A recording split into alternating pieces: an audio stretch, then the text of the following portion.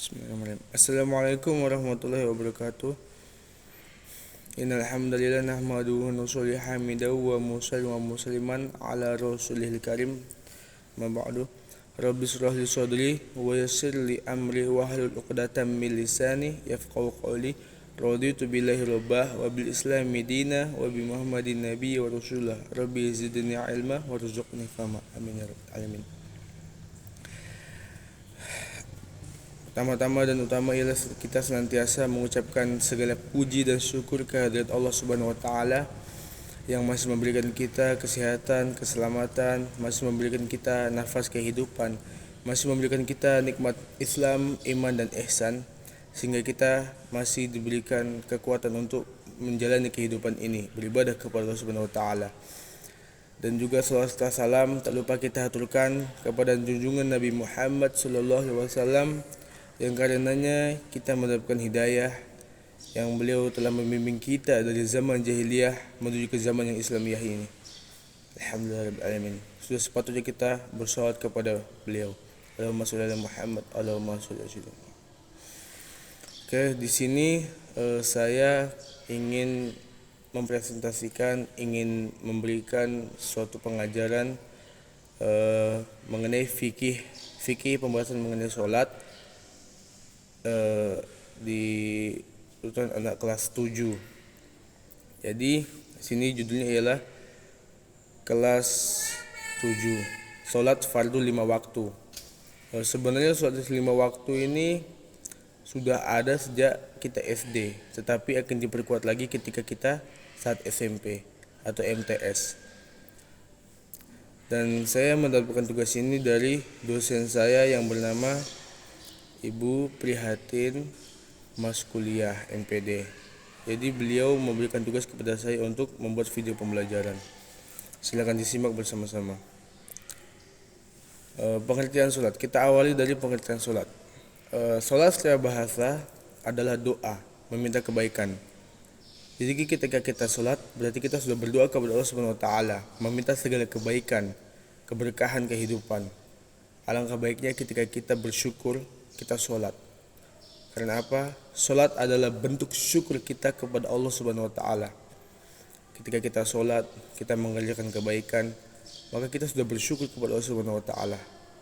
Maka di sini saya akan menjabarkan tentang sholat, pentingnya sholat, pentingnya menjaga sholat agar kita menjadi seorang hamba yang taat. Jika tadi secara bahasa adalah doa, maka sholat secara istilah adalah semua perkataan dan perbuatan yang dimulai dari takbir sampai diakhiri dengan salam. Jadi sholat itu sudah jelas, awalnya takbir dan diakhiri dengan salam. Tetapi sebelum takbir kita harus berniat.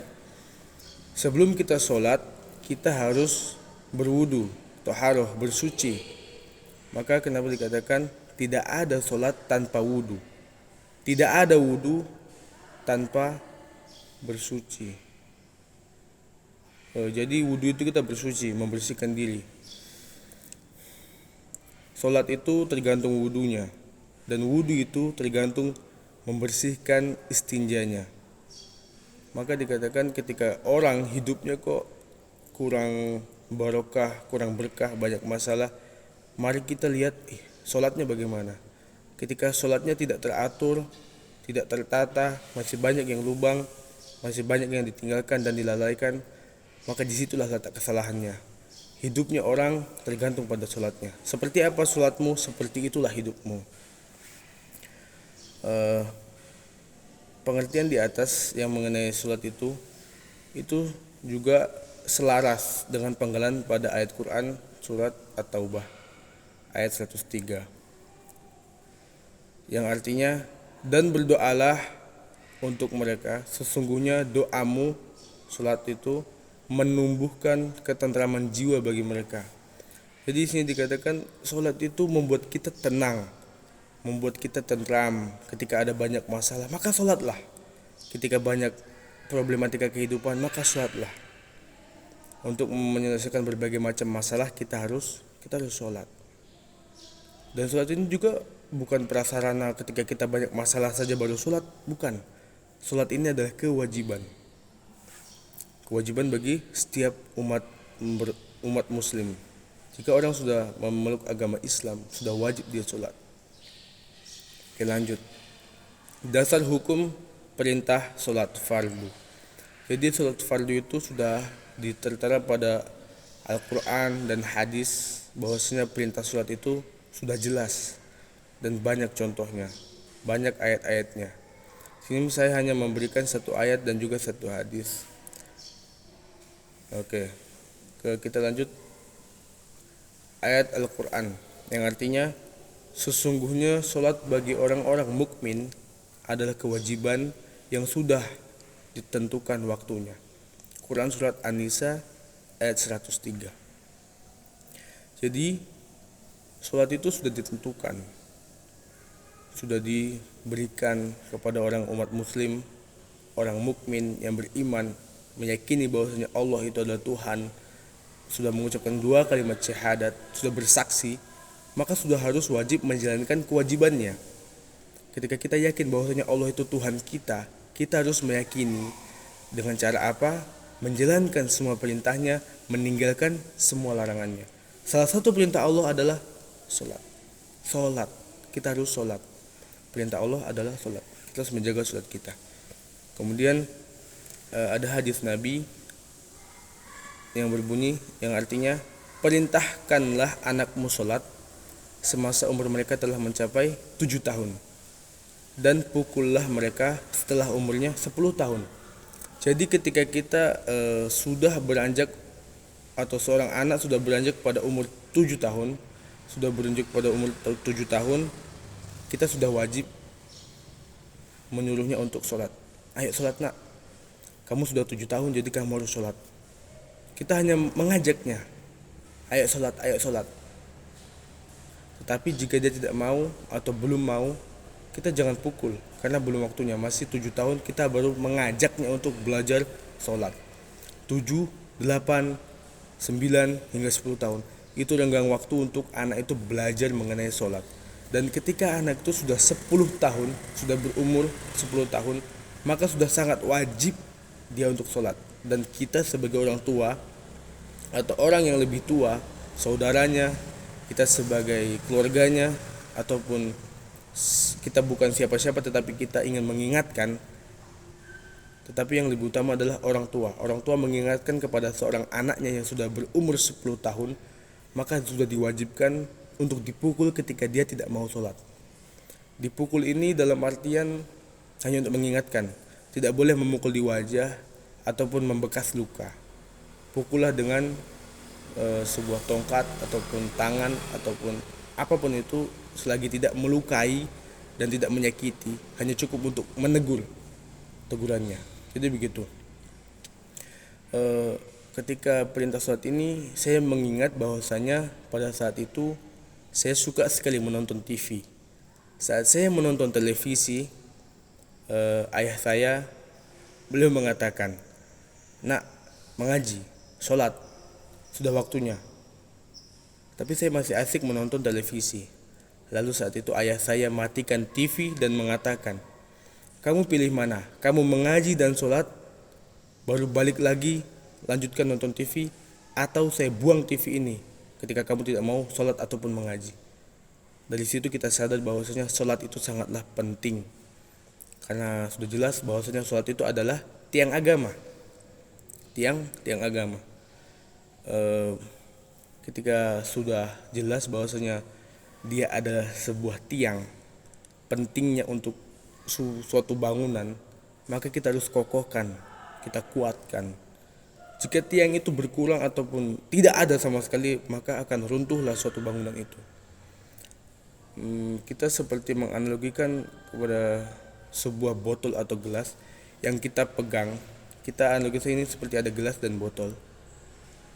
Ya, ketika kita syahadat itu pertama kita ulangi saja, kita rukun Islam, rukun Islam itu kan ada 5. Pertama syahadat, kedua sholat, ketiga zakat, 4 berpuasa, dan kelima adalah naik haji bagi yang mampu. Kita analogikan saya seperti ini adalah sebuah gelas. ketika kita tidak melakukan haji atau karena kita belum mampu untuk haji, kita lepas. Apakah botol itu masih dipegang? Masih terpegang? Masih. Lalu kita lanjut. Ketika kita tidak berpuasa, apakah botol itu masih terpegang atau agama itu masih terpegang? Masih. Tapi tidak sekokoh ketika melaksanakan dua tadi. Lanjut. Ketika kita tidak melakukan zakat, apakah botol itu masih terpegang? Masih. Atau apakah agama itu masih terpegang? Masih. Jelas masih. Tetapi tidak sekokoh ketika kita melaksanakan semuanya. Dan ketika satu hal ini, sholat ini kita tidak lakukan, apa yang terjadi? Botol itu akan jatuh, agama itu akan runtuh. Maka saya sering katakan bahwasanya, sudahkah Anda membangun negara Anda, menjaga negeri Anda dengan menjaga sholat? Nah, jadi begitu pentingnya sholat. Saking pentingnya, agama bisa runtuh ketika kita tidak sholat. Baik, kita lanjut. Kemudian adalah syarat wajib dan syarat sahnya sholat fardu. Syarat wajib di sini saya temukan ada 3. Yang pertama, beragama Islam. Jika orang sudah beragama Islam, sudah memeluk, sudah mengucapkan 2 kalimat syahadat, sudah sah menjadi Islam, maka harus melanjutkan. Berikutnya adalah tugasnya untuk sholat. Sudah Islam, harus sholat. Jadi ketika ada orang mengatakan, kamu sok suci sekali, sholat. Nah, saya katakan, sholat itu bukan bentuk orang untuk jadi sok suci, bukan. Sholat itu adalah kewajiban. Bukan karena kita rajin berarti kita sok suci, bukan. Kita menjalankan kewajiban. Kewajiban itu sangatlah penting. Yang sudah jelas wajib, ya wajib. Jangan kita tinggalkan, tidak boleh. Dan yang kedua adalah telah memasuki akil balik atau mumayyiz. Kita sudah balik, kita sudah bisa membedakan mana baik, mana buruk, maka kita sudah sangat wajib sholat. Itu wajib sholat. Sudah beragama Islam, sudah memasuki akil balik atau sudah mumayyiz, bisa membedakan mana baik, mana buruk. Sudah, intinya kita sudah balik lah. Kita lanjut. Yang ketiga adalah tidak hilang akalnya. Tidak hilang akal ini maksudnya ialah kita tidak dalam keadaan tidur, tidak dalam keadaan mabuk, tidak dalam keadaan gila ataupun rusak pikiran kita. Intinya kita sehat, kita punya pikiran masih bagus, masih baik, kita masih bisa berpikir dengan baik, maka kita wajib untuk sholat.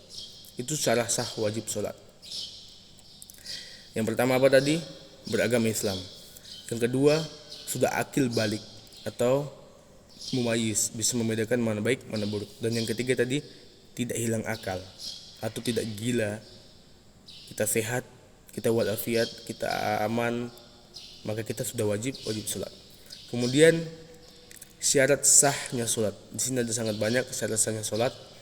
Yang pertama sudah tentu jelas beragama Islam. Kalau tidak beragama Islam, maka tidak sholat. Seperti non muslim tidak sholat. Tetapi Islam wajib sholat. Kemudian yang kedua mumayyiz, tadi sudah saya katakan mumayyiz. Yang ketiga tidak hilang akalnya atau sadar, sama tadi seperti yang wajib sholat. Kemudian yang keempat, sudah masuk waktu sholat. Kalau sudah masuk waktu sholat, maka ketika kita melaksanakan sholat pada waktu itu sudah sah sholatnya. Ya, lanjut. 5 adalah suci dari hadas kecil dan besar. Di sini sangatlah penting menjaga kesucian. Pentingnya thaharah, bersuci, membersihkan istinja dan sebagainya. Maka tadi sudah awal saya katakan, seperti apa sholatmu tergantung wudumu. Seperti apa wudumu tergantung bersucimu atau istinjamu, membersihkan dirimu, membersihkan hadasmu. Penting menjaga itu. Kemudian yang keenam, suci dari najis. Kita harus bersih dari najis. Baju kita bersih dari darah, kotoran dan sebagainya. Lingkungan kita, tempat kita sholat juga harus bersih. Tidak boleh kotor ataupun ada najis atau kotoran-kotoran hewan di situ. Lanjut. Yang ketujuh, menutup aurat. laki-laki auratnya dari batas pusar hingga lutut. Itu harus tertutup dengan rapi. Lalu ada yang bertanya, Pak Ustadz, itu bagaimana ya kalau kita cuma pakai sarung, tidak pakai baju yang laki-laki? Apakah sah sholatnya? Secara fikih sah sholatnya, tetapi secara etika kurang. Kenapa? Kita sholat itu menghadap Tuhan. Masa menghadap seorang teman, bertemu teman, menghadiri undangan, kita bisa baik, rapi. Masa bertemu Tuhan kita cuma pakai sarung? Nah, itulah pentingnya kita mempelajari fikih dan kita terapkan di kehidupan kita sehari-hari dengan etika. Lalu batas perempuan bagaimana? Dari ujung rambut hingga ujung kaki kecuali telapak tangan dan telapak kaki dan wajah. Ada juga yang mengatakan wajah juga aurat. Banyak sekali pendapat mengenai itu. Itu harus terjaga. Jadi menutup aurat itu penting supaya sholat itu jadi sah. Lanjut yang ke-8, menghadap arah kiblat. Kita sholat itu harus menghadap arah kiblat. Jika tidak sah. Lalu bagaimana jika kita dalam keadaan darurat, kita dalam keadaan terdesak, kita di tengah hutan, kita tidak tahu arah sholat arah kiblat, bagaimana? Kita harus bisa mencari solusi dulu, menggunakan kompas, membaca lingkungan dan sebagainya. Jika kita sudah sangat terdesak, kita menggunakan feeling kita, maka tidak masalah di situ, karena darurat. Yang namanya darurat semua hal menjadi bisa. Oke, kita lanjut. Bagaimana yang sholat di kendaraan? Ya, ke dalam mobil bagaimana? Jelaskan, mobil kan dia berbelok-belok. Ada banyak pendapat mengenai pengalaman saya yang saya dapatkan dari guru saya. Ketika kita sholat di dalam kendaraan, awal niat kita dan takbir kita pada saat itu harus sudah jelas menghadap kiblat. Ketika sudah menghadap kiblat, kita niat, kita takbir Allahu Akbar. Lalu walaupun kendaraan itu sudah berbelok-belok, tidak masalah. Itu sesuai pengalaman yang saya dapat dari guru-guru saya. Kemudian lanjut ke-9, berniat. Kita sholat itu harus berniat. Kalau sholat tidak berniat maka tidak sah. Lalu ada yang mengatakan, apakah niat itu wajib diucapkan? Tidak wajib. Tetapi ketika kita mengucapkan niat itu dengan lisan kita, maka kita meyakini, lebih yakin lagi bahwasanya sholat itu kita rasakan, kita rasapi. Karena sholat itu ketika sudah sholat waktu zuhur, kita langsung takbir saja, kita niat dalam hati, itu sudah sah. Apalagi kita ucapkan secara lisan, itu sunnah. Agar apa? Agar kita bisa meresapi dan meyakini sholat itu lebih terasa. Lanjut ke-10, tertib sewaktu menunaikan sholat. Kita harus tertib. Waktu sholat itu kita tertib, urutannya kita tidak boleh ubah-ubah. Lalu bagaimana kalau ada yang lupa? Kalau lupa itu wajar, itu sifat manusia. Ketika kita lupa saat sholat, kan sudah jelas, sebagai makmum harus mengingatkan ketika imam itu lupa. Nah, lalu bagaimana ketika kita sholat sunnah, tahajud dan sebagainya, kan kita sendirian. Lalu ketika kita lupa gimana? Ya, kan pada akhir rakaat itu sebelum salam kita disunahkan untuk sujud syahwi. Oke, lanjut. Ke-11 adalah tidak berbicara. Di sini maksud tidak berbicara adalah tidak berbicara di luar konteks sholat. Tidak macam berbicara hal-hal yang di luar konteks sholat, seperti contoh kita sudah sholat, kita berbicara sesuatu hal yang di luar doa sholat, bacaan sholat. Sudah paham kan maksudnya bagaimana? Kita pasti mengerti semuanya. Seperti jangan menoleh, kita mengingatkan teman, jangan berbicara. Diri sendiri berbicara, mengingatkan orang untuk jangan berbicara, bagaimana itu? Nah, kita kan paham di situ. Lanjut ke-12, tidak banyak melakukan gerakan. Nah, di sini ketika kita sholat, kita harus tumakninah, kita resapi, kita hayati. Takbir, ruku, tumakninah, kita resapi. Jangan banyak bergerak, menggaruk-garuk, bergerak yang tidak semestinya.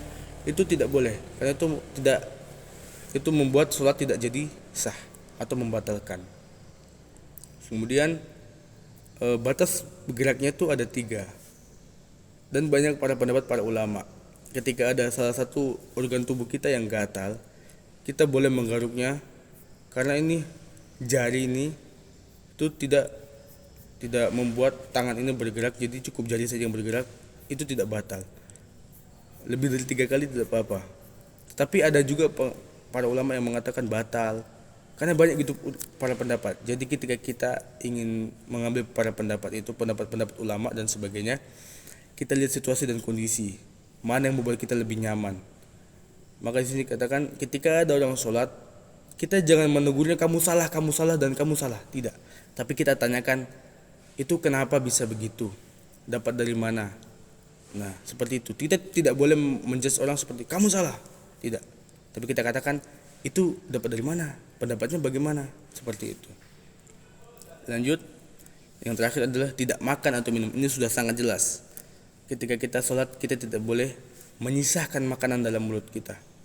Setelah makan kita berkumur, jika masih ada sisa kita sikat. Intinya kita bersihkanlah sisa makanan itu. Jika ada sisa makanan dalam mulut lalu kita telan, maka batal. Lalu bagaimana dengan air ludah? Air ludah itu sudah ada di dalam mulut kita, sudah ada di dalam tubuh kita. Jadi tidak batal air ludah itu. Kita telan juga tidak seharusnya kita telan ludah terus. Ada batasan. Masa setiap kali telan muncul telan lagi terus? Pas ludah itu ada batasannya. Tidak mungkin terus mengalir air ludah itu. Kemudian lanjut, rukun sholat.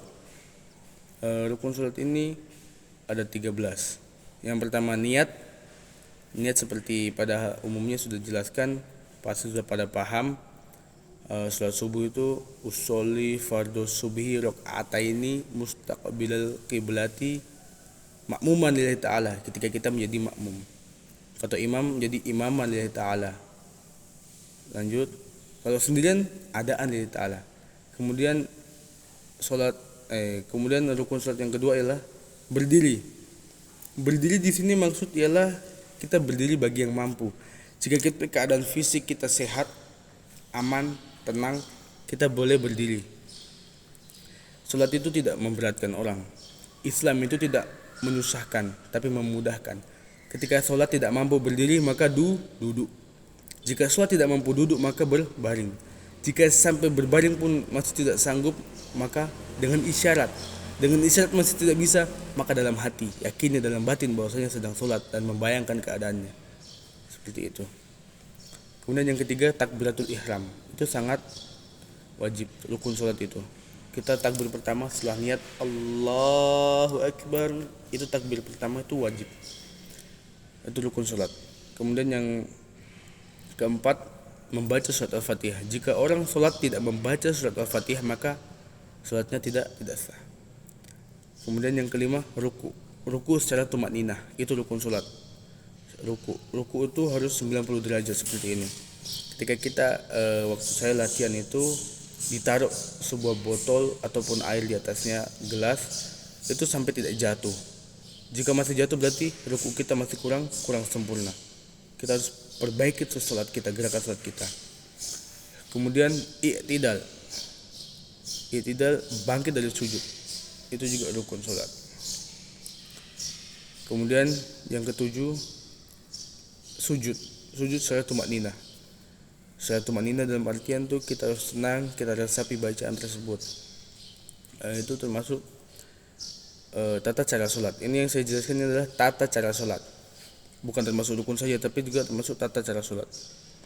Kemudian duduk di antara dua sujud. Bangkit dari sujud itu adalah duduk di antara dua sujud lagi di pertengahan antara sujud. Makanya dinamakan duduk di antara dua sujud. Kemudian yang kesembilan, duduk tasyahud awal dan akhir. Itu termasuk syarat sahnya rukun salat. Duduk tasyahud awal dan tasyahud akhir. Tasyahud awal ketika sampai di bacaan asyhadu alla ilaha illallah wa asyhadu anna muhammadar rasulullah Allahumma sholli ala Muhammad. Itu tasyahud awal. Ya, kalau tasyahud akhir ya sampai akhir, fil alamin innaka hamidum majid.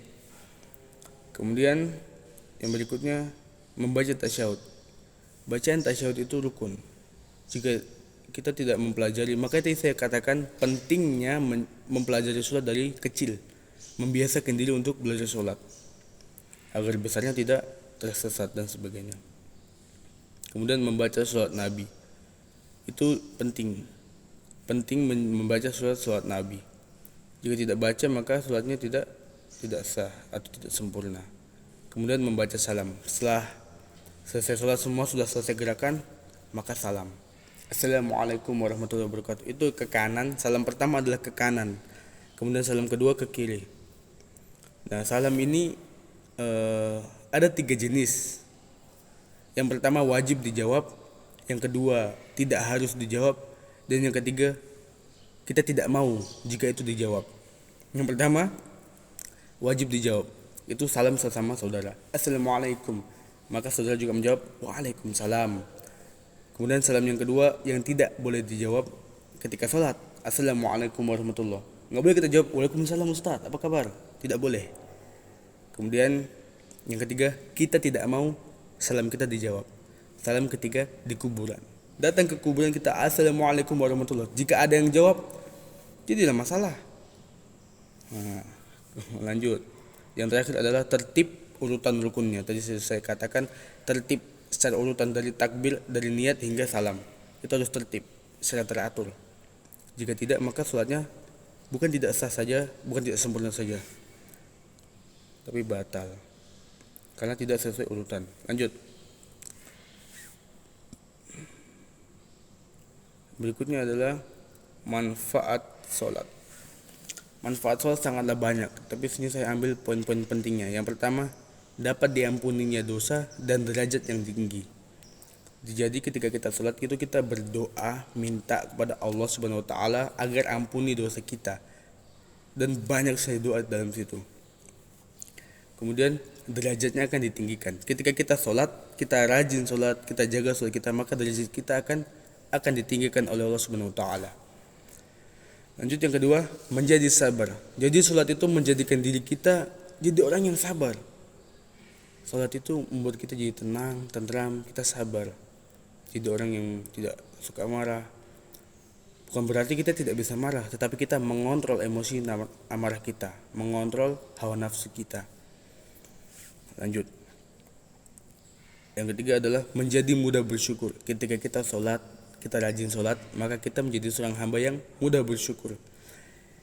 Oh iya, saya ada masalah, saya sholat, tapi masalah belum selesai, berarti saya harus menguatkan lagi sholat kita, menguatkan sholat saya gitu.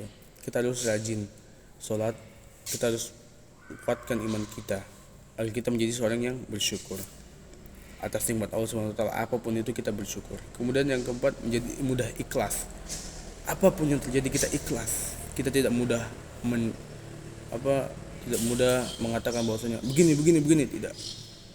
Kita mengatakan tidak apa-apa, tidak mengapa. Kita jadi orang yang tawadu, rendah hati begitu. Kemudian yang kelima, menjadi sehat. Kenapa dikatakan menjadi sehat? Karena apa? Sholat itu, gerakan-gerakan sholat itu jika kita lakukan secara tumakninah, secara baik, maka itu termasuk olahraga. Olahraga dalam Islam itu sholat. Banyak juga olahraga yang dibolehkan dalam Islam. Tapi sholat itu juga termasuk olahraga, membuat diri kita sehat. Karena dalam sholat itu ada doa, ada obat dan sebagainya. Lalu orang juga banyak mengatakan, jika sholat itu doa, kenapa habis sholat kita berzikir dan berdoa lagi? Wudu di atas wudu itu baik, apalagi doa di atas doa lebih baik. Itu lebih meyakini kita. Oke, lanjut. Kita telah sampai pada kesimpulan. Jadi kesimpulannya, kita sebagai umat Nabi Muhammad, kita sebagai hamba Allah Subhanahu Wa Taala yang masih diberikan akal sehat, sudah sepatutnya kita bersyukur dengan cara sholat. Sudah sering saya katakan tadi, bersyukur dengan cara sholat. Sholat juga merupakan suatu tanda bahwasanya kita itu pembeda antara orang muslim dengan orang kafir, orang munafik dan sebagainya. Kalau orang sholat itu pasti muslim, bukan orang non muslim. Jadi pembeda, sholat itu pembeda, begitu. Mungkin sampai sini saja penjelasan mengenai sholat. Jika masih ada yang kurang, saya minta maaf karena saya ini hanya orang bodoh dan kurang ilmu. Saya masih sangat fakir ilmu, jadi saya mohon maaf yang sebesar-besarnya jikalau masih banyak kesalahan. Jikalau ada kebenarannya, itu adalah kebenaran dari Allah Subhanahu wa taala yang kebetulan tersampaikan dari lisan saya. Dari lisan Anda yang fakir ini, saya minta maaf jika masih banyak kesalahan.